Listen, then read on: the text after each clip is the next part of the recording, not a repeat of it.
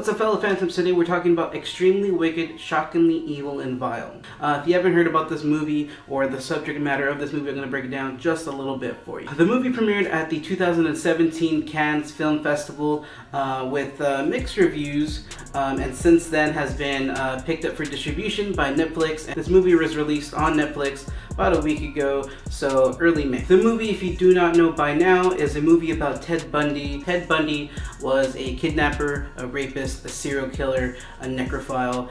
He was just a really bad person, and he kind of got away with a lot of stuff for like a relatively large amount of time. So essentially between 1969 and 1978, he performed various murders, various kidnappings. Some people survived in multiple states: Washington, Oregon, Idaho, Utah, Florida. The list goes on and on. To be perfectly honest with you, this was before my time, obviously, but I did not know about these murders until later in life. When people referred to Ted Bundy and how bad of a person he was, I thought Al Bundy from Married with Children. I know that's not the same person, but hey, I was a kid, so don't blame me. So I will say this straight up as well. This movie is more of a, not dramatization, because there are a lot of factually accurate actions and events that happen in this movie.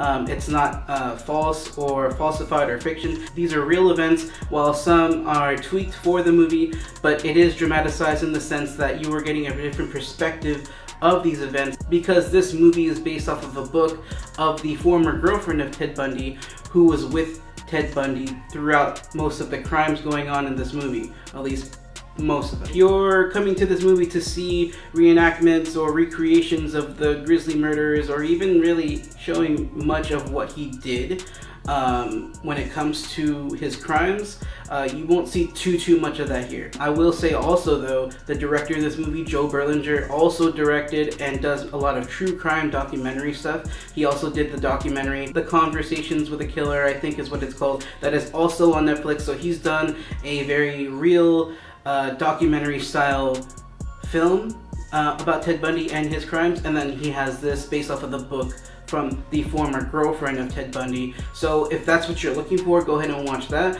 But this movie is primarily concerned from the viewpoint of his former girlfriend and how he was able to basically get away with most of what he did for almost a decade. This movie did make waves when the first trailer came out, basically almost showing the charming nature and sexualization of the character of Ted Bundy, and a lot of people did not appreciate that fact, showing him in the trailer, kind of dismissing the fact that he was a murderer. After you watch this though, it's not necessarily praising the character Ted Bundy, but it does show how he was able to get away with what he did for so many years. Ted Bundy was a very charismatic person. He was also a relatively good-looking person as well. It does show how he was able to get so close to so many of his victims, as well as getting away with so many of the people that were so close to him, including his former girlfriend.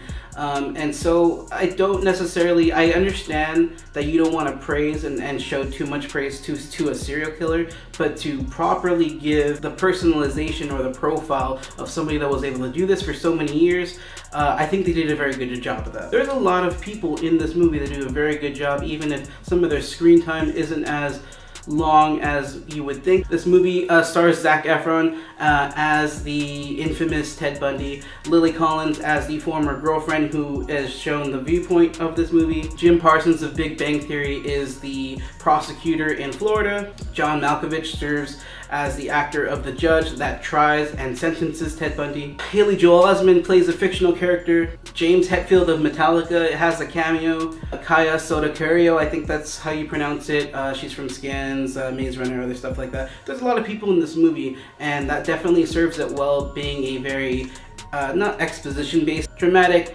character development kind of movie. It is very well acted, especially from Zac Efron, and then you'll hear that a lot from other reviews. He does a very good job, very nuanced job of portraying this character and towing the line between charismatic, carefree, and kind of almost creepily sadistic in some parts especially. There are certain times where you kind of feel like it's almost a little too melodramatic, but it's rightfully so. It's based off of a book of somebody that let this person into their lives, this single mother that had a small child, a small daughter in her house, and like let him live there and basically be a part of their lives.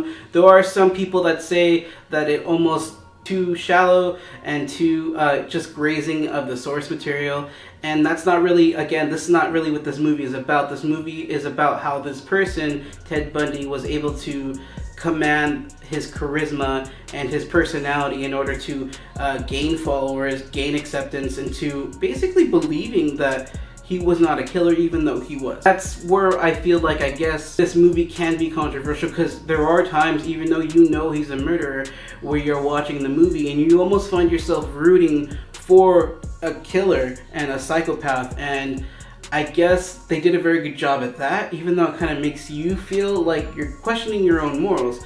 But you do find yourself, I guess, falling under the spell that other people, many other people, victims and people around him fell for as well. My advice for people going to watch this movie, I think watch this movie first and then go and watch The Confessions of a Serial Killer, whatever the movie's called. Same director, both on Netflix, so they're both readily available if you have Netflix. But I think that will kind of give you the mindset of the basic outline of what happened, which is what this movie covers, and then the documentary will give you specific details, factually correct evidence, after gaining insight into the mind of a killer.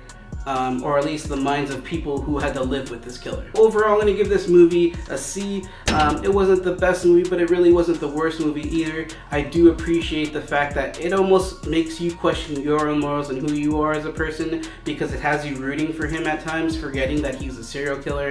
And again, I think you should watch this first and then the documentary that's also on Netflix in order to gain a well-rounded objective into Ted Bundy and who he was and how he got away with what he did for a decade. Anyways, Film Phantoms, I appreciate you guys stepping by. I do have Detective Pikachu review coming out soon, as I am seeing that tonight. But there's a lot of movies coming out soon, so go ahead and stick around. If you're not subscribed already, please hit the subscribe button, hit the bell so you know when I'm coming out with any new reviews and videos on this channel. And just thank you for stopping by. I appreciate you guys. If you have any requests on something that you may or may not want reviewed, go ahead and put those in the comments below and I'll do my best to do those. Anyways guys, I appreciate you guys. See you later.